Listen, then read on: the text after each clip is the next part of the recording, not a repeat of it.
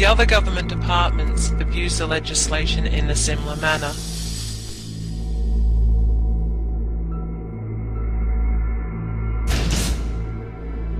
The Department of Foreign Affairs and Trade,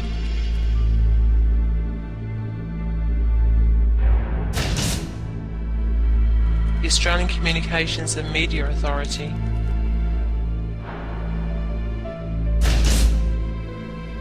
the Australian Broadcasting Corporation,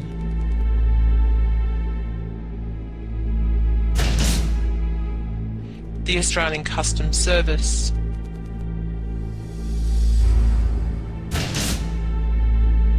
the Director of Public Prosecutions,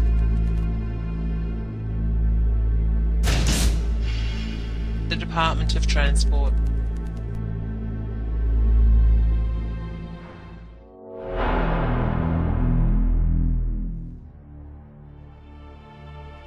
For the Australian government, Schapelle Corby's 2006 appeal presented another political hurdle.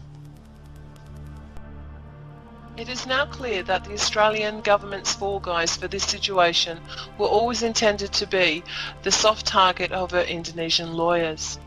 This avoided confrontation with Indonesia, exposure of systemic AFP corruption, and any blame for themselves.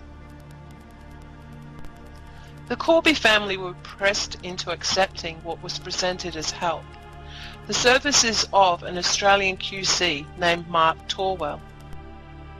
What transpired was shocking. Mark Torwell QC caused huge damage to Schapelle Corby's chances. He told the media that a member of Schapelle Corby's legal team had sought government money to pay bribes. This acute antagonism of the Indonesian legal system had predictable results for Schapelle Corby in the Indonesian court. We've had, at her appeal, it is alleged that an Australian government appointed Queen's Counsel made public statements that were not beneficial to Schapelle's case, in fact were blatantly detrimental to her case.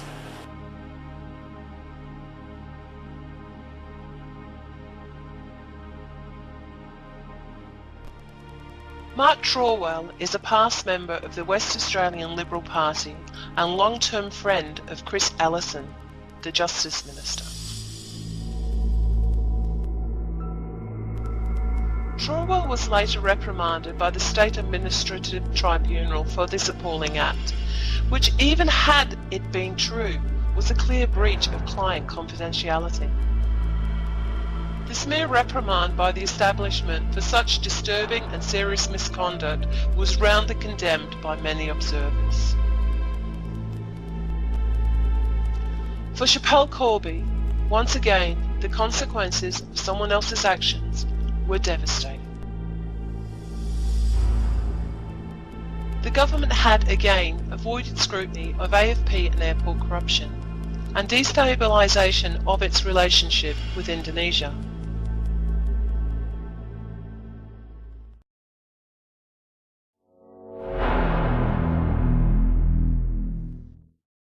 Between 2001 and 2005, there were 360 white powder hoaxes in Australia. On average, that is one envelope containing harmless powder every few days. This commonplace type of incident attracted no or little comment from the government and little media interest. In June 2005, one such envelope arrived at the Indonesian embassy. The note in the envelope contained no reference at all to Schapelle Corby. It was even written in Bahasa and not English. The powder was basically flour. The government's reaction was staggering as they seized upon it instantly. Foreign Minister Alexander Downer referred to it during the afternoon as, quote, a biological agent, unquote, with Prime Minister Howard blaming, quote, murderous criminality, unquote, on Schapelle Corby supporters. At 6:35 p.m., an email from the National Manager of Intelligence with the Australian Federal Police advised the Minister for Justice that, quote, Gram bacilli is a commonly occurring bacteria, unquote, stating that there was no hard evidence that it was dangerous.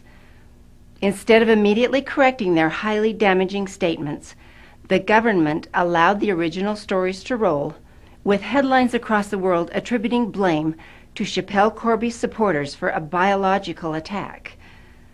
Protests for Schapelle Corby were abruptly halted as the public were alarmed at association with terrorism.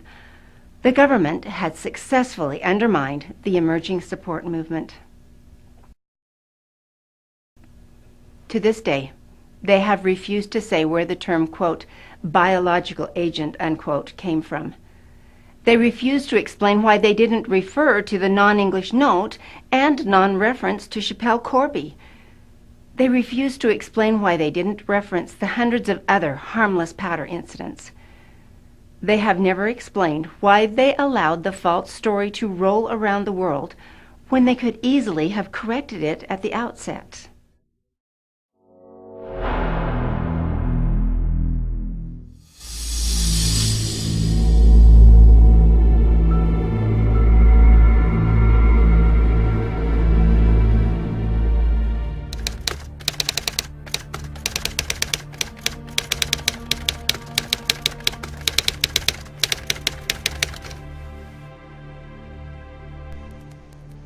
In advance of the appeal, the government received new and important evidence about Schapelle Corby's bags. They were informed that there was no record of the boogie-board bag on the Sydney International Airport system. The other bags were all recorded normally. There was no screening or other record for this one bag. No record of it at all. But Schapelle Corby's lawyers had only been told there was no data. They were unaware that this only applied to the boogie-board bag, that there was now cast-iron evidence that the boogie-board bag was treated differently behind the scenes. The government realised that this evidence was important.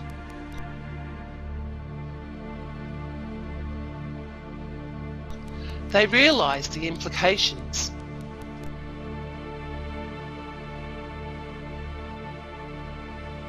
The Minister also asked AFP Commissioner Keelty what amounted to, "Who else have you told about this?"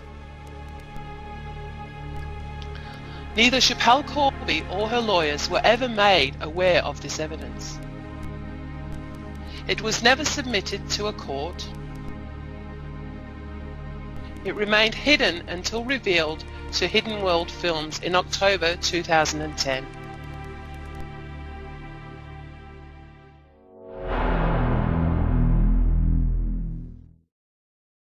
With so many government departments deployed, and on an issue as politically charged as this one, it is unlikely that ASIO, the Australian Security Intelligence Organization, would not also be used.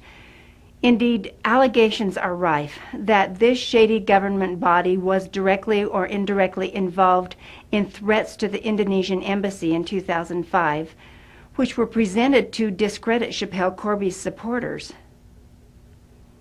Others suggest that even to this day, they actively monitor and take steps to fragment supporter groups.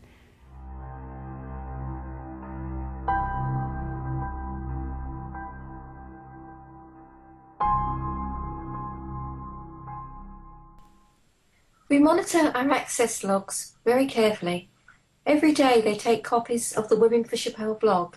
Every day they hack it with Site Ripper software.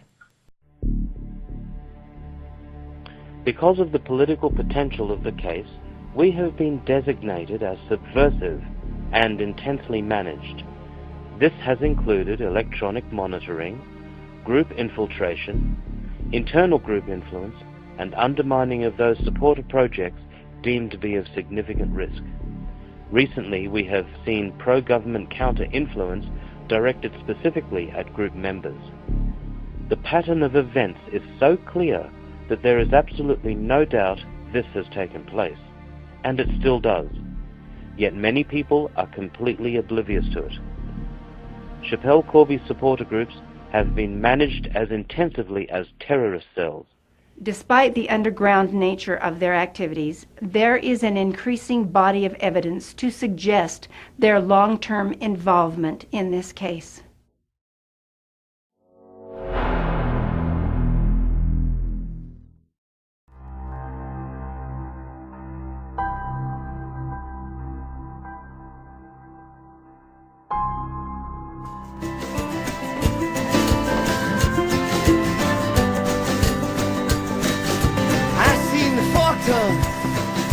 They were the ones who kept fires burning, never acknowledging then that they were hurting. They're all blinded by dollar notes, agendas in their eyes. On behalf of the Corby family, I have many times made complaints to the Commonwealth Ombudsman regarding various government agencies.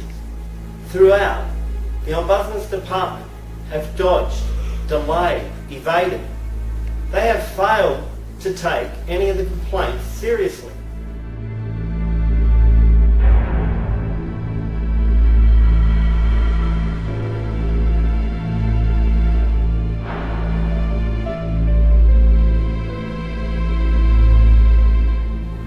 They have proved themselves to be nothing more than a rubber stamp. It seems the Australian government and their departments are unaccountable for their actions and for what they've done to Schapelle Corby.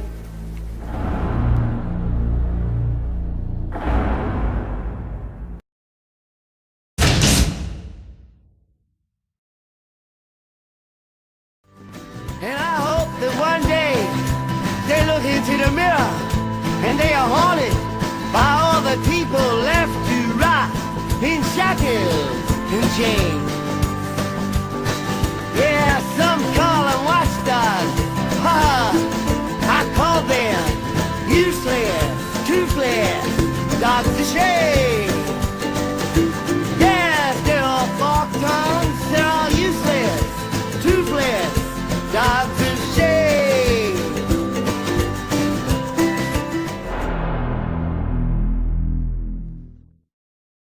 Then there is the never-ending list of statements from senior politicians and ministers, ranging from unhelpful to extremely hostile and damaging. Here are just a handful of them.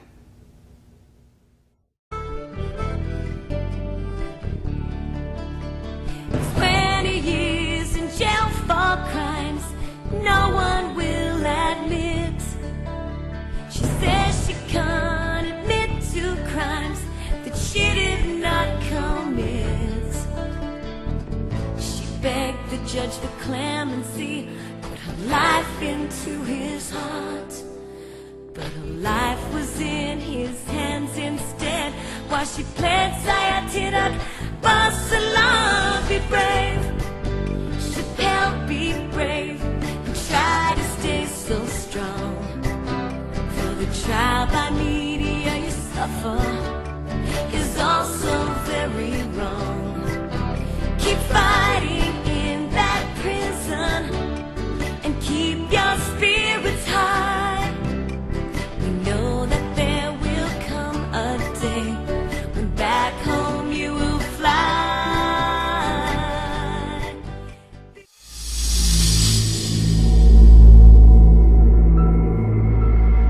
In September 2011, files documenting dozens of breaches of Schapelle Corby's human rights were submitted to the Australian government and to over 100 MPs and senators. These included breaches at the Bali trial and current abuses in prison, such as forced display to the media for prison PR and for public curiosity, which would also flout the Geneva Convention in a war scenario. Not a single response was forthcoming.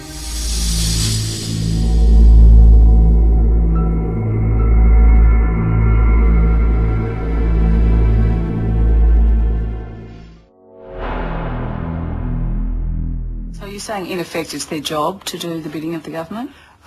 Their job is to work within the framework of policy, subject, of course, to not breaking the law. So